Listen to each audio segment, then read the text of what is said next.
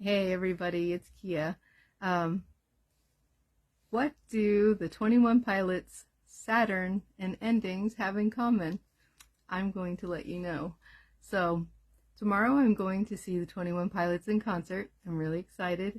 They're my favorite band because their music is the only music that does not make me bored, and that's an incredible feat because I have ADHD and it's easy to get distracted. Um, The album I liked the most was the Trench album, and I love that whole saga. So I love this Clancy album because it's the culmination of the Trench lore. It's supposed to end that whole thing. And I was thinking about, the reason I like the Trench album is just it's got good music, but it also coincided with my leaving the church and during my conversion to Judaism. And the story of In Trench, the lore, if you're not familiar, is that Tyler Joseph, aka Clancy, is leaving this city full of bishops to go and start his life with his new friends. And I was like, that tracks. And this Clancy album now is about, ending that cycle too. And it's coming out at the time when I am going through a divorce and ending a cycle in my life that was also pretty traumatic. So, I don't know if Tyler was tracking this, but it's coinciding with the Saturn 7-year cycles as well. So I looked it up. It's like, this is happening, on these 7-year cycles. And Saturn, the planet, the authoritarian, the kind of the parent, the one that's trying to make us do the hard work to achieve our goals and stuff. It comes around every 7 years, and it forces us to evaluate our lives and figure out what are the people, situations, patterns that we need to leave behind so that we can walk into our highest timeline.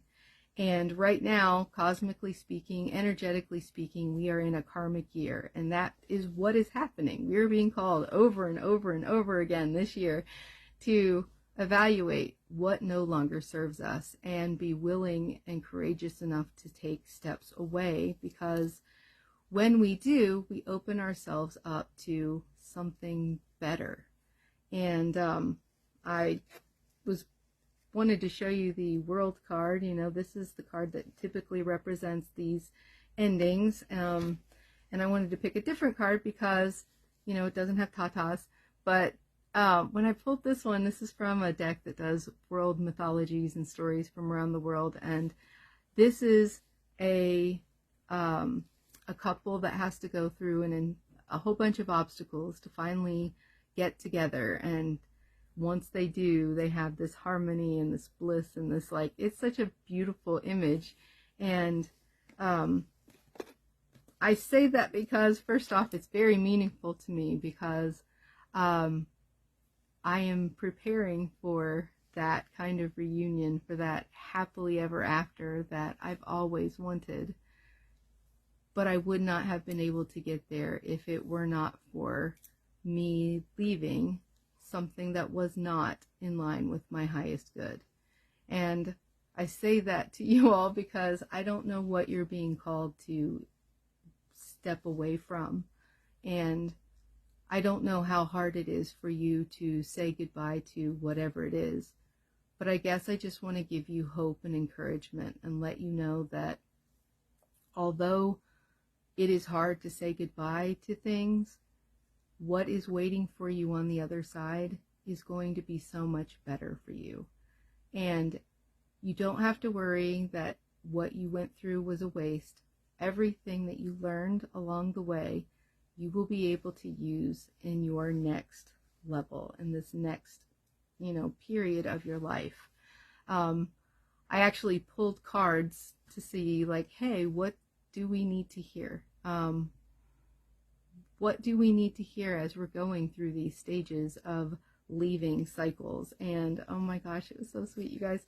I pulled the star and the Page of Pentacles. And so the Page of Pentacles is someone who's a resourceful, very grounded. They've been given this new opportunity, and they are eager to do something really great for it. In other decks, you know, they talk about it's the manifestation card. And so you are manifesting a brand new reality. You have a brand new opportunity with whatever you're leaving behind. There's something new waiting for you. And the star is the card that comes after the tower. It's when everything in your life has crumbled to the ground, and everything seems like it is broken. The star is the card that comes afterward. It's the universe basically saying, we are here with you. It's the hope. It's the rejuvenation. It is restarting and having the belief in a new beginning. This is a star. This is a card that it reminds me of the Shabbat Queen. When I was leaving the church, the Shabbat Queen image, or the idea of, you know, Shabbat was the thing that really gave me consolation and peace as I was embracing a new religious experience. And this is actually the card that keeps coming out to represent my person. And so the fact that this card is coming out to remind us all that when you step away from something, you have something so much better waiting for you.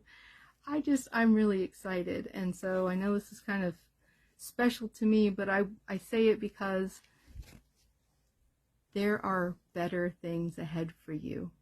And that is part of why I like tarot, because even if you've gone through the worst betrayal, even if you have hit rock bottom, what this reminds us is that, first off, this little hand here, this is the like priestly benediction, and this is supposed to represent Jesus and resurrection and new beginnings.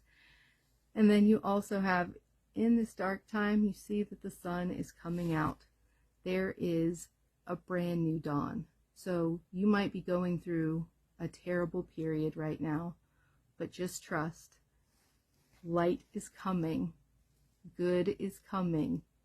Stay the course and know that the universe wants what is best for you, and it's going to be so good, and it's going to be so worth it. So let those doors close, because brand new, better ones are opening for you. So I hope that helps. Hope that made sense, but it's a lot of woo-woo stuff. Let me know in the comments. Bye.